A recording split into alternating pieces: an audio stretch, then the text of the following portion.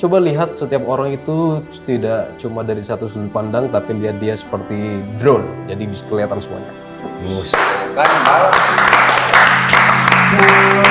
Bintang yang menghiasi malam, kau bagaikan siang menggalar harapan.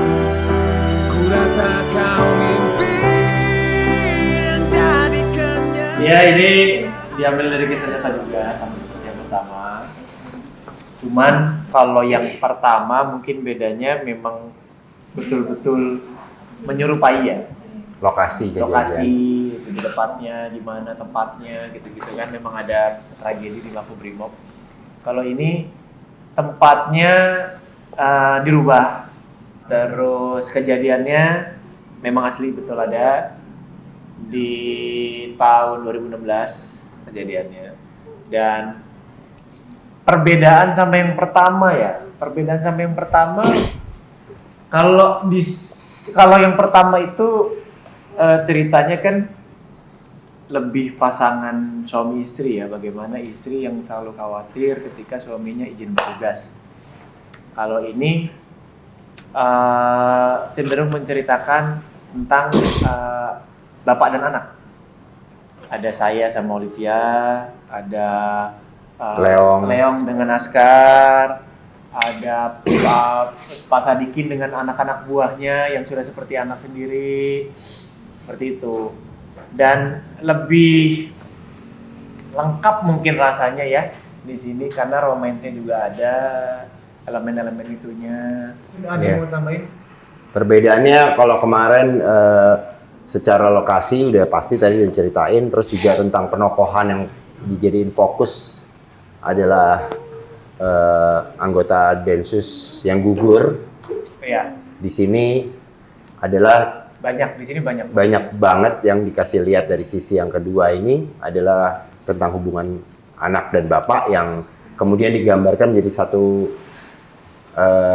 kesetaraan dari anggota dengan komandannya, dari pasukan dengan keluarga dan anaknya, dan juga dari napiter atau target-target operasi juga dengan kedekatan dengan anak. Itu sangat berbeda. Jadi kalau nanti nonton langsung saya patah dua pun nggak terasa kehilangan. Ayo cepat, kita udah selamat. Papa. Livi tunggu sayang. Sini. Masih lama sayang. Tapi Livi mau cepet latihan, Oma. Ayah. Cantiknya anak papa.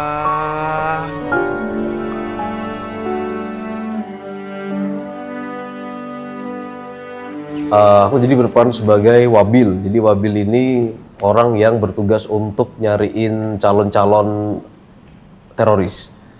Kayak gitu. Iya betul. Cari bidadari pasangannya. Ya. Itu. Tapi kalau konteksnya dengan trailer, kenapa dia buka masker? Karena dia mencoba untuk menyembunyikan identitasnya supaya nggak gampang ke-track. Gitu, jadi kemana-mana pakai masker. Simpson tuh nggak banyak ngomong emang, dialognya cuma siap dan dia lebih banyak berkelana dan pindah-pindah tempat nyari informasi sebanyak mungkin. Nggak banyak ngomong malah lebih bagus gitu kerjanya. Senyap dan emang harus begitu supaya memang tukang servis elektronik. Iya, benerin pas angin, AC, jendela, iya. Jendela. Tukang kusen dong dia. Tukang kusen. Jendelanya ada elektroniknya. Iya. Pintar. Olivia, halo. Kamu takut gak main bareng sama ini nih? Kalau mukanya seru-seru nih, gitu, tahu? Ayo. Apa seru?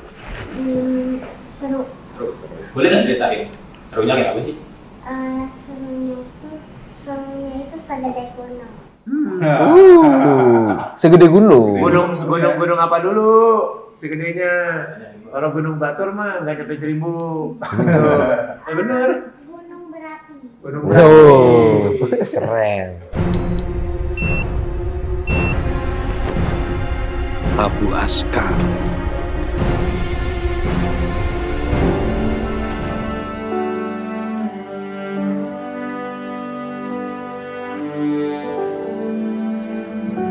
Kalau latihannya ada, terus sebelum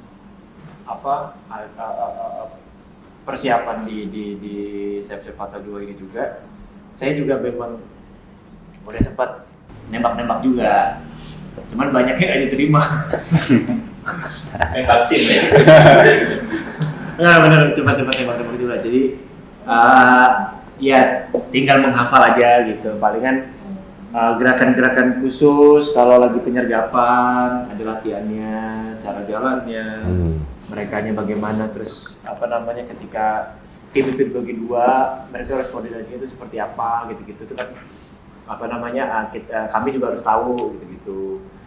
Terus kalau untuk itu profesi ya, itu profesi. Kalau untuk mencari lebih dalam manusianya kayak Pandu sendiri, karena ngobrolnya itu udah cukup lama, jadi ya pelan-pelan memang coba dikulik sampai masa persiapan jadinya makin banyak referensinya, makin banyak matangnya.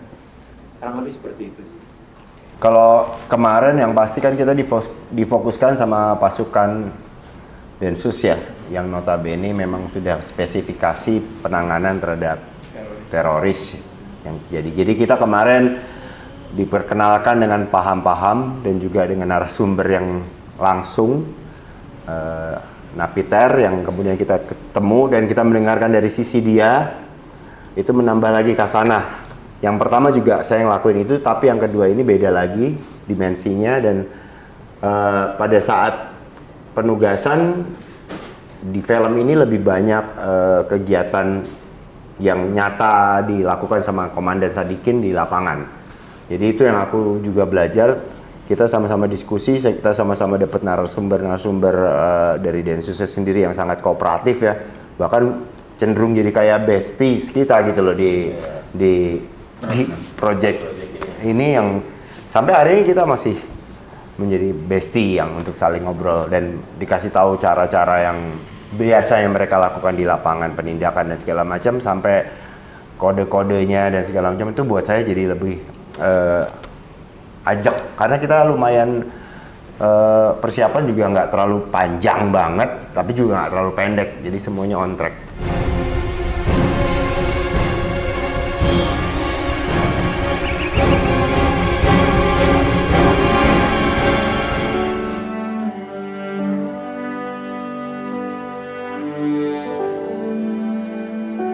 Jadi kalau menurut aku pesan yang mau disampaikan dari film Sayap-Sayap Patah 2 Olivia ini adalah bahwa setiap manusia itu akan selalu punya dua sisi.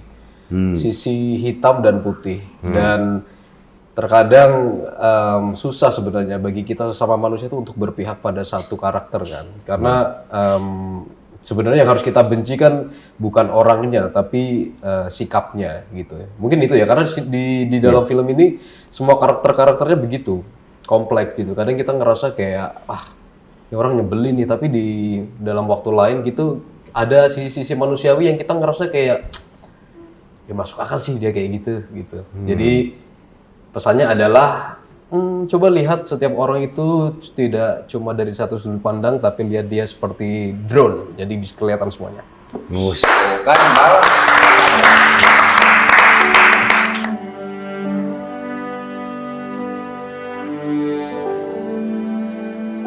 Solusinya adalah menjadi drone. Yes. Ya kan? Kita bisa melihat gambaran besarnya seperti benar nggak? Helikopter view ya. Helikopter view itu tadi kan. Benar. Iya. Jadi ketika ada helikopter view itu kita nggak terpaku dengan bergumulan emosi yang ada di dalam diri kita sendiri gitu loh. Jadi kita bisa melihat gambaran besarnya bahwa dia sebenarnya mau nggak mau ya tetap bapaknya gue gitu. Nggak peduli mau beda ideologi, beda jalan, ya dia tetap bapak gue yang gue sayang gitu. Bagaimana caranya, walaupun kita melihat dunianya berbeda, caranya melihat dunia berbeda, tapi dia tetap bapak gue. Ya buktiin Pak. Gimana caranya buktiin? Pak, sejujurnya Bapak ngomong apapun saya nggak percaya, Pak. Masalahnya, aku cuma punya satu Bapak.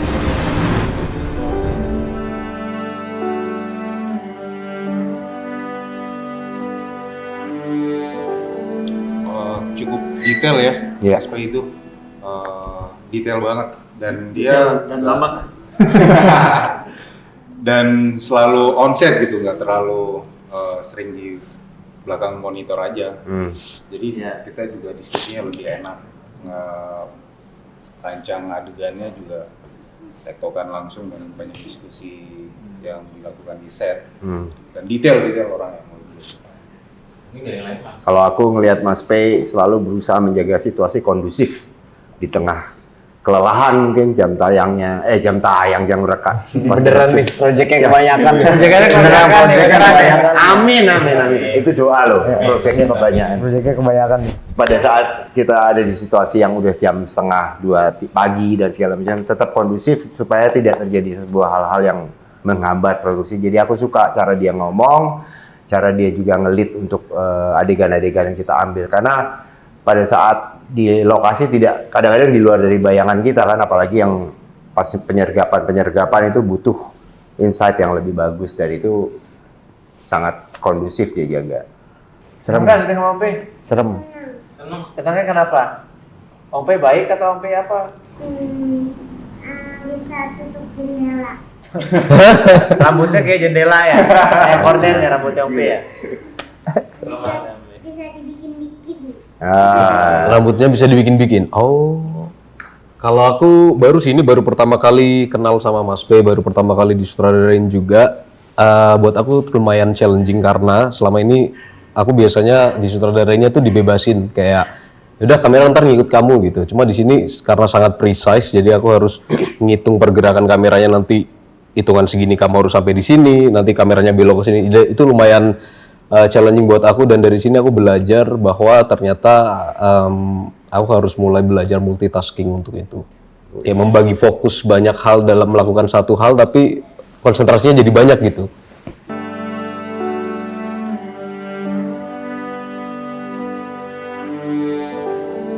Kita bertiga di rumah sakit. Dia lagi buka masker ya. Saya punya tos sama Olivia. Oh iya tuh. Ini nih, oke nih. Baca apa nggak? tok. Terakhir. Tosnya harus nembak. Duh, nggak mau tidur. Ibu nggak bisa tidurin dulu. Kalau bisa ibu nggak telepon. Kan kamu tahu dia suka ngomong sendiri kalau kamu nggak ada. Tapi nggak kenapa-napa kan, Bu? Apa bisa pulang? Halo Sinema Agenda. Jangan lupa tanggal 8 Mei 2025 nonton Sayap Patah 2